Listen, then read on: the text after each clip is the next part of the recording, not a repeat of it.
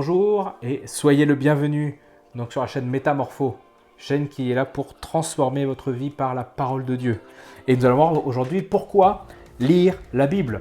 Au fond, effectivement, en quoi est-ce que c'est important de lire la Bible? Pourquoi ne pas se contenter d'écouter des messages, de voir des vidéos que l'on peut lister très facilement maintenant sur des plateformes comme YouTube.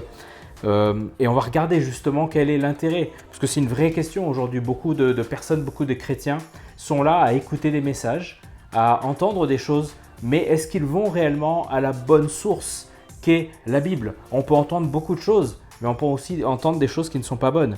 Et on va regarder 5 points pour lesquels il est important de lire la Bible et sur lesquels tu peux te questionner en te disant mais pourquoi oui je vais lire la Bible? Premier point. Parce que le fast-food biblique, je vais appeler ça le fast-food, c'est-à-dire le fait d'aller se servir finalement comme on veut, quand on veut. Le fast-food biblique a ses limites. Dans le fast-food naturel, je ne vais pas te citer des noms et des marques, il y a souvent malheureusement des fois des ingrédients néfastes, car pas de produits réellement naturels à l'intérieur.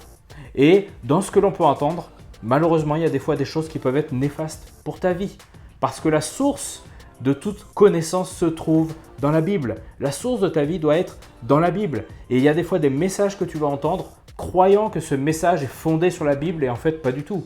Et ce sont des erreurs qui vont être là et qui vont t'emmener malheureusement dans des pensées, dans des réflexions qui vont t'éloigner de Dieu alors que toi tu penses justement t'approcher de lui.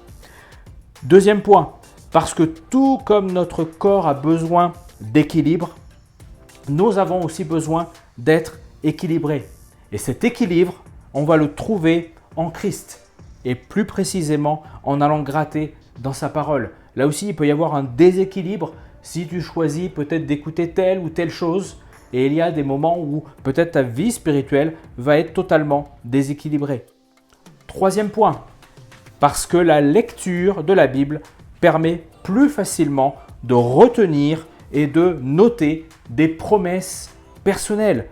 Effectivement, lorsque tu vas lire, il y a des passages qui vont te parler particulièrement et tu pourras avoir le temps de surligner, que ce soit sur une Bible papier, sur ton téléphone. Tu vas pouvoir avoir le temps de surligner, de retenir plus facilement parce que c'est toi-même qui l'as lu. C'est toi-même qui l'a et qui le déclare.